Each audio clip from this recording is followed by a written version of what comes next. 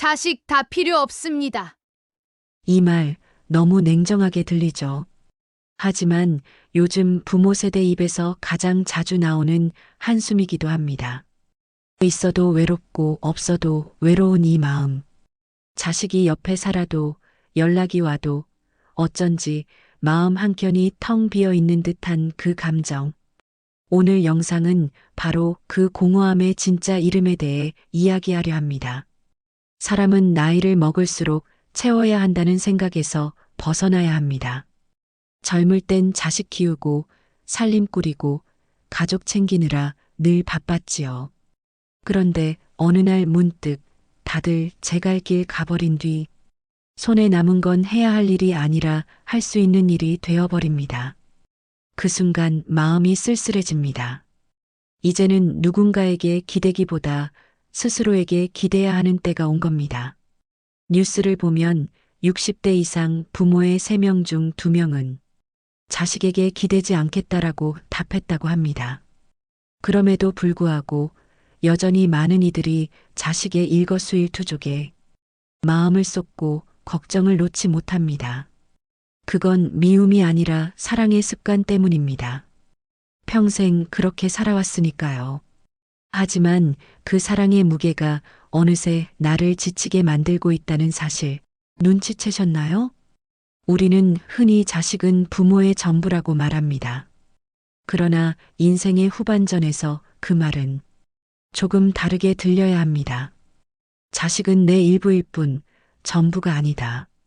그 경계가 흐려지면 결국 자신을 잃게 됩니다. 마음속 빈자리를 자식으로 채우려는 순간 그 사랑은 집착으로 변하고 관계는 멀어집니다. 이제는 누구를 위해보다 어떻게 살아야 평온할까를 스스로에게 물어야 할 때입니다. 사랑도 관계도 인생도 결국은 내가 얼마나 단단한가에서 시작되니까요. 이 영상에서는 나이 들어서 진짜 필요한 건 무엇인가? 그 3가지를 함께 찾아볼 겁니다. 돈도 자식도 아닌 내 삶을 다시 단단하게 세워줄 3가지 기둥 말이지요. 혹시 지금 마음 한켠이 허전하고 이제 나는 누구를 위해 살아야 할까 하고 묻고 있다면 끝까지 함께 해주세요. 오늘의 이야기가 당신의 마음에 작은 길잡이가 되어줄 겁니다. 영상이 시작되기 전에 구독과 좋아요, 알림 설정을 눌러주세요. 여러분의 작은 클릭이 영상을 만드는 큰 힘이 됩니다. 그럼 이제 우리가 진짜 내려놓아야 할 게 무엇인지 그 이야기를 천천히 꺼내볼까요? 먼저 사랑에도 적당한 거리가 필요하다는 것부터요. 사람 사이에는 눈에 보이지 않는 온도가 있습니다. 너무 가까우면 숨이 막히고 너무 멀면 마음이 식지요. 부모와 자식 사이도 마찬가지입니다. 우리가 사랑이라는 이름으로 너무 가까이 다가서면 그 온도는 금세 뜨거워져 서로를 데이게 만듭니다. 반대로 완전히 손을 놓으면 서늘한 바람이 불어오고 관계는 금세 멀어집니다. 그래서 필요한 게 거리의 지혜입니다. 그 이야기를 조금 더 실감나게 전하기 위해 한 어머니의 이야기를 들려드릴게요. 서울 근교에 사는 68세 김순자 씨는 평생 자식밖에 모르고 살아온 분이었습니다. 남편이 일찍 세상을 떠난 뒤 혼자서 2 아들을 키워내느라 매일 새벽같이 일어나 도시락을 싸고 공장에 나가셨죠. 그 덕에 2 아들은 번듯하게 커서 한 명은 회사원이, 한 명은 교사가 되었습니다. 그런데 막상 자식들이 다 커서 결혼하고 각자 살게 되자 순자 씨는 허전함을 견딜 수가 없었어요. 밥은 먹었니? 월급은 받았니? 며느리 밥은 잘하니? 전화만 하면 잔소리가 되어버렸습니다. 처음엔 아들들도 엄마, 걱정하지 마세요. 하며 웃었지만 점점 통화 횟수가 줄고 어느 날엔 메시지를 읽고도 답이 오지 않았죠. 그날 밤 순자 씨는 휴대폰을 들여다보다가 문득 깨달았답니다. 내가 저 애들을 너무 붙잡고 있었구나. 그 다음 날부터는 일부러 전화하지 않았습니다.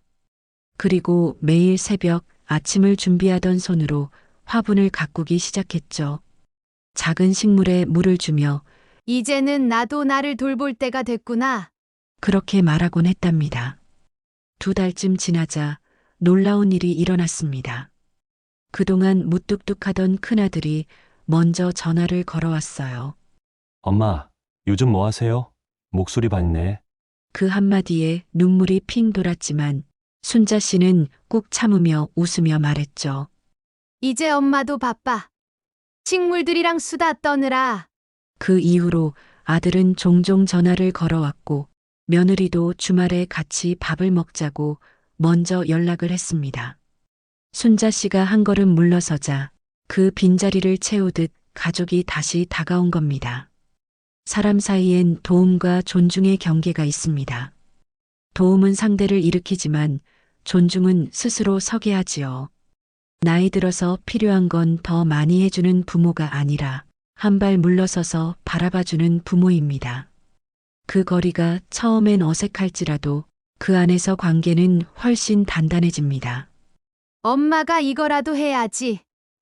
그 익숙한 말 대신 이젠 네가 해볼래? 라고 바꿔보세요. 그 한 문장이 사랑을 돌려놓습니다. 내가 빠진 자리에서 자식은 성장하고 그 빈틈 속에서 서로의 마음이 다시 연결됩니다. 부모가 손을 놓을 때 자식은 비로소 자기 발로 걷기 시작합니다. 한 조사에 따르면 60대 이상 부모 중 절반이 자식과의 갈등은 내 욕심을 내려놓지 못해서 생긴다고 답했습니다. 즉, 문제의 시작은 사랑을 표현하는 방식에 있는 것이지요. 과거엔 돌봐주는 게 사랑이었지만 이제는 내려놓는 게 사랑일 때가 있습니다. 물론 모든 걸 단번에 놓긴 어렵습니다. 내가 없어도 잘 사는 자식을 보면 기특하면서도 왠지 모르게 쓸쓸하지요. 이제 내 역할은 끝났구나 싶은 그 허전함은 누구에게나 찾아옵니다.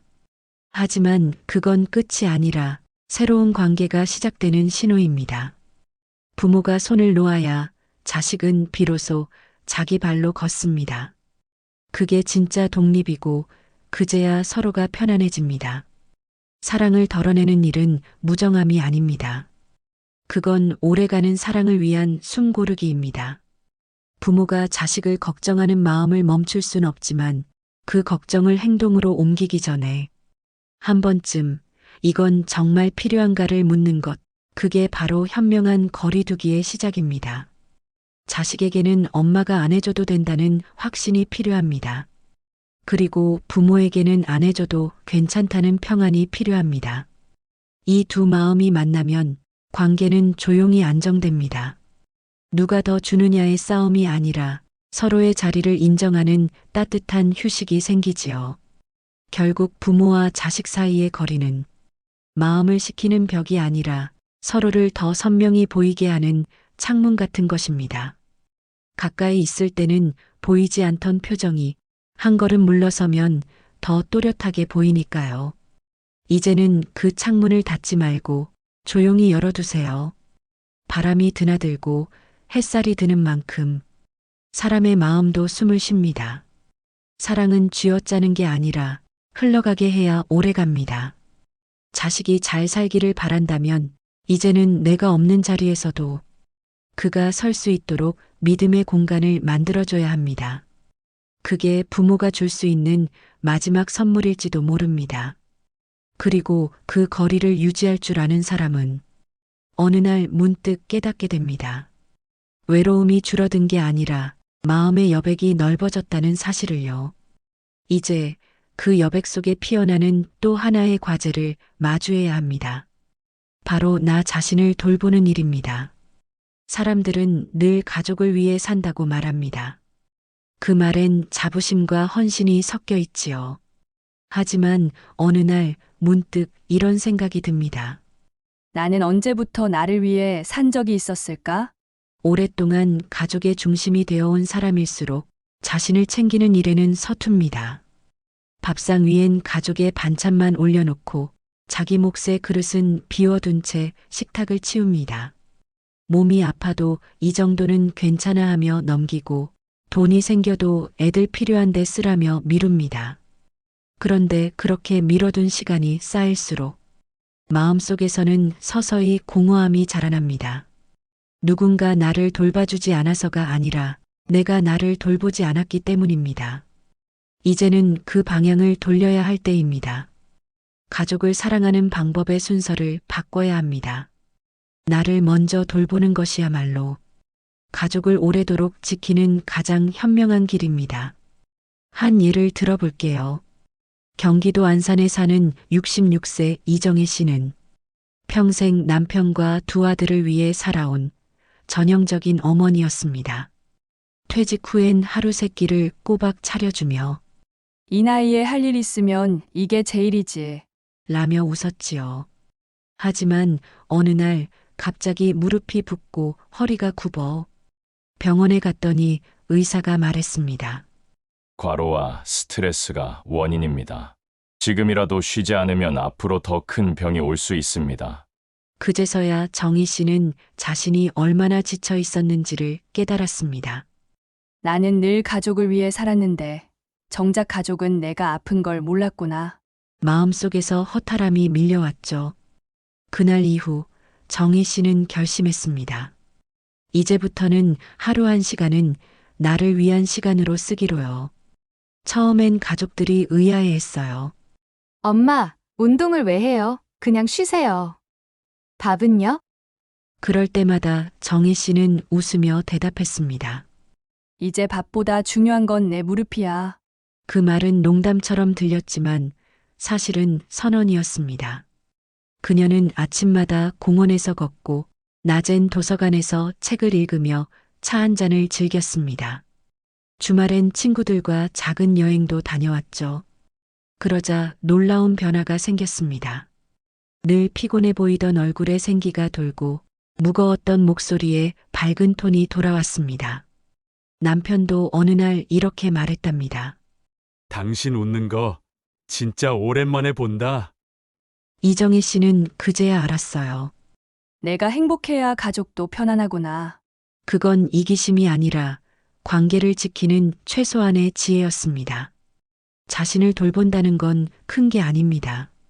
좋은 음식 한 끼를 천천히 씹어 먹고 따뜻한 햇살 아래서 잠시 눈을 감고 누구의 허락 없이도 나를 위하는 일. 그게 바로 마음의 체력을 회복하는 시간입니다.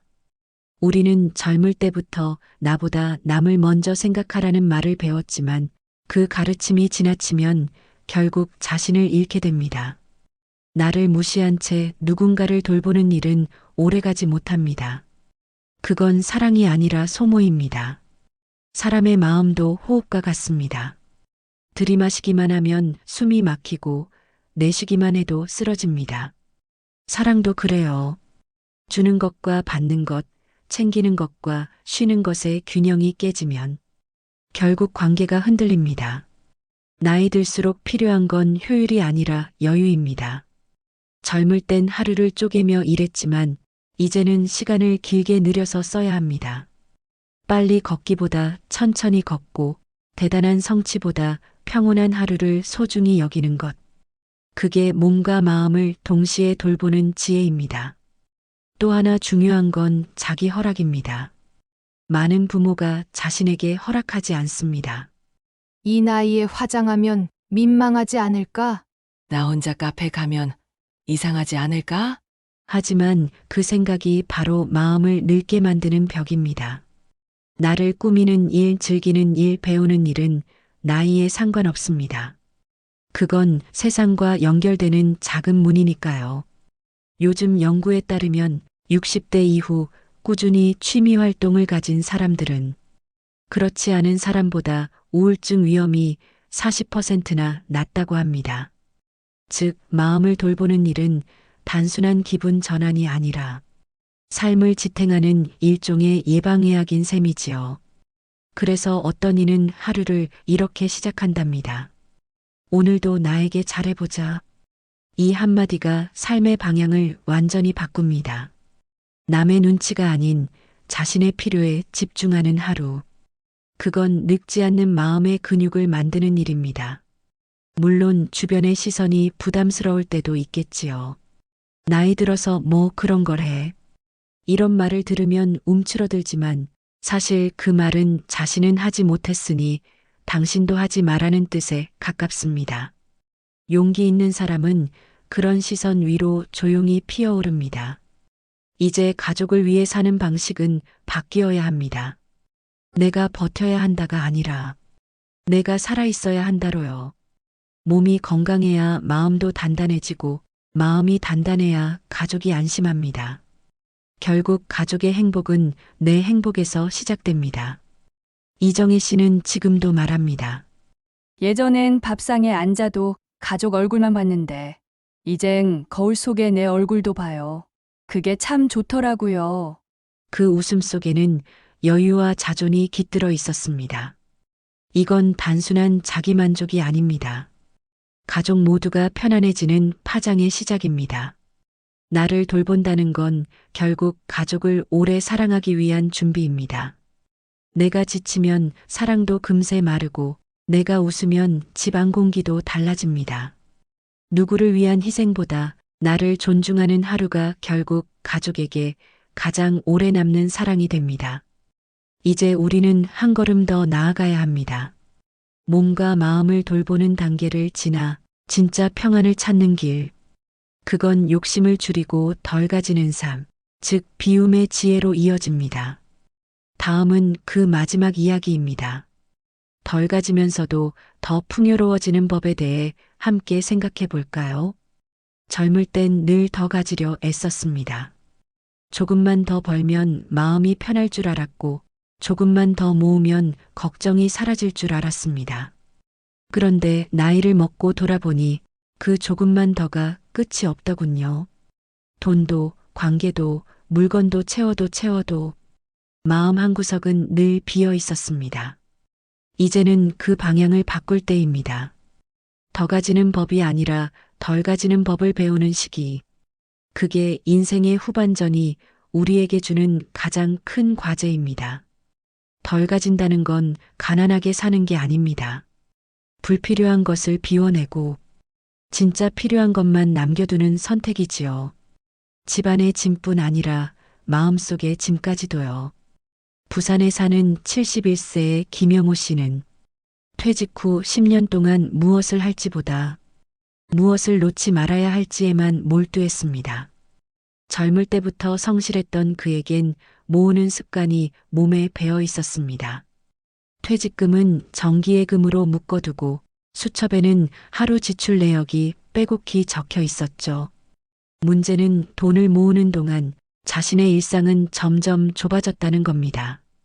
친구들과의 약속도 줄고 밖에 나가서 커피 한 잔 마시는 일조차 낭비라고 여겼습니다. 어느 날 아내가 말했답니다. 여보, 그 돈은 우리 둘 다 쓰라고 모은 거지. 은행에 박제해 두라고 모은 건 아니잖아요. 그 말에 영호 씨는 말문이 막혔습니다. 그날 밤 통장을 한참 들여다보다가 문득 이런 생각이 들었답니다. 이 돈은 나를 위해 한 번도 쓰인 적이 없구나. 다음 날 그는 결심했습니다. 매일 계산하던 지출 노트를 덮고 오래 미뤄뒀던 여행을 떠나보기로 했죠. 처음엔 불안했지만 막상 길 위에 서니 마음이 이상하게 가벼웠답니다. 여행 중 들른 작은 시골 마을에서 동네 어르신과 나눈 차 한 잔이 그렇게 따뜻할 수가 없었다고요. 그는 돌아와서 말했습니다. 이제야 돈이 나를 위해 쓰일 때의 의미를 알겠어요. 그 후로 영호 씨는 모든 걸 조금씩 줄였습니다. 옷장 속 양복은 세 벌만 남기고 쌓아둔 신문과 책을 동네 도서관에 기증했습니다. 하루에 한 번은 꼭 밖에 나가 햇살을 맞이하고 퇴근길에 멈춰서서 아이들의 웃음소리를 듣는 일, 그게 요즘 그에게 가장 큰 즐거움이 되었죠. 덜 가진다는 건 단순히 물건을 줄이는 게 아니라 욕심의 온도를 낮추는 일입니다. 욕심은 불처럼 한번 붙으면 걷잡을 수 없습니다. 조금이라도 불씨가 남아있으면 그 열에 마음이 타버리죠. 그래서 인생 후반의 지혜는 불을 키우는 게 아니라 불씨를 식히는 데 있습니다. 나이 들어서 필요한 건 많이가 아니라 충분히입니다. 충분히 먹고, 충분히 쉬고, 충분히 감사할 줄 아는 마음. 그게 인생의 여백을 빛나게 만듭니다.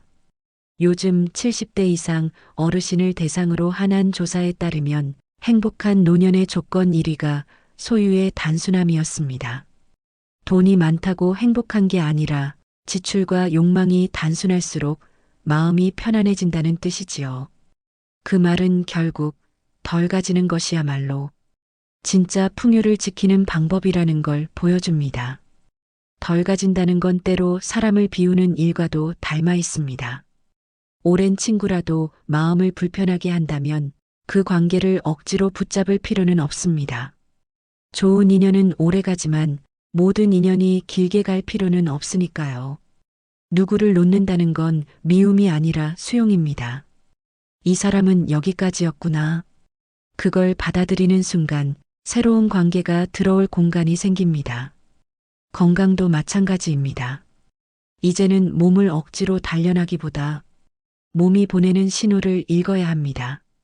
무리한 운동 대신 가벼운 산책, 과한 약 대신 충분한 수면, 끊임없는 걱정 대신 잠시의 쉼. 덜 가지는 삶은 그렇게 우리 몸의 리듬까지 바꿔줍니다. 그리고 마음을 덜어내는 가장 확실한 방법은 비교를 내려놓는 일입니다. 누군가는 여전히 일하고 누군가는 손주를 돌보며 분주한데 나는 이렇게 한가해도 괜찮을까? 이런 생각이 바로 불행의 씨앗이 됩니다. 비교는 끝이 없고 끝이 없으면 만족도 없습니다. 덜 가지는 삶은 그 끝없는 경쟁에서 한 발 물러서는 용기입니다. 한 불교 스님이 이런 말을 했습니다. 물은 그릇이 클수록 얕아지고 그릇이 작을수록 깊어진다. 우리의 노년도 같습니다. 삶의 그릇을 줄이면 그 안에 담긴 행복은 더 깊어집니다. 덜 가진다는 건 깊이 사는 법을 배우는 일이지요. 이젠 계산기보다 하늘을 더 자주 봐요. 김영호 씨의 말엔 여유가 깃들어 있었습니다. 통장은 가벼워졌지만 마음의 주머니는 넉넉해진 셈이지요. 우리에게 남은 시간이 한정되어 있다는 걸 깨달을수록 무엇을 더 주기보다 무엇을 놓아야 가벼워지는지를 배우게 되죠. 길가의 들꽃이 예쁘고 차 한 잔의 향기가 진하고 사소한 인사에도 마음이 따뜻해집니다. 이건 돈으로 살 수 없는 평화입니다. 손에 쥔 것을 놓는 순간 그 자리에 바람이 들어오고 햇살이 들어옵니다. 비워야 새 것이 머무는 법이지요. 이제는 욕심이 아닌 균형으로 비움 속의 충만함을 배워야 할 때입니다. 그 여유 속에서 비로소 삶은 조용히 평화로워집니다. 나이 든다는 건 무언가를 잃어가는 과정처럼 보이지만 사실은 진짜 필요한 것만 남기는 과정입니다. 삶의 무게가 가벼워질수록 마음은 단단해지고 남은 시간은 점점 투명해집니다. 이제 우리는 세 가지를 마주했습니다. 사람 사이에는 거리의 온도가 필요하고 가족을 지키려면 나 자신을 먼저 돌봐야 하며 덜 가지는 용기 속에서 진짜 평화가 자란다는 것. 이 세 가지는 나이 들어서야 비로소 이해되는 지혜입니다. 이제는 더 이상 무언가를 증명할 필요가 없습니다. 자식에게 잘 보이려 애쓰지 않아도 세상에 뒤처지지 않으려 조급해하지 않아도 됩니다. 인생의 후반부는 속도보다 깊이로 사는 시기니까요.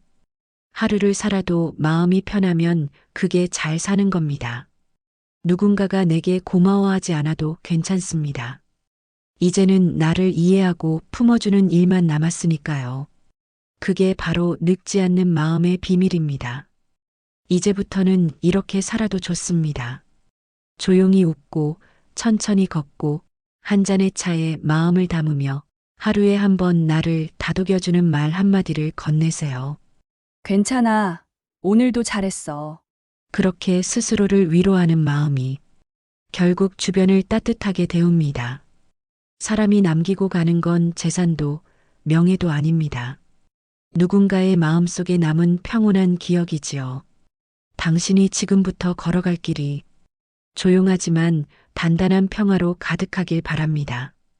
누구의 그림자도 밟지 않고 누구의 기대에도 갇히지 않고 오롯이 당신의 걸음으로 걷는 삶. 그게 진짜 자유이고 진짜 행복입니다. 그러니 이제는 가져야 할 것보다 지켜야 할 마음을 바라보세요. 그리고 그 마음의 한가운데 오늘의 당신이 있습니다. 앞으로도 이런 따뜻한 이야기들로 당신의 하루가 조금 더 단단해지길 바랍니다. 구독과 좋아요, 알림 설정으로 지혜꽃의 다음 이야기를 함께 걸어가 주세요. 당신의 노년이 평화롭고 빛나길 진심으로 응원합니다.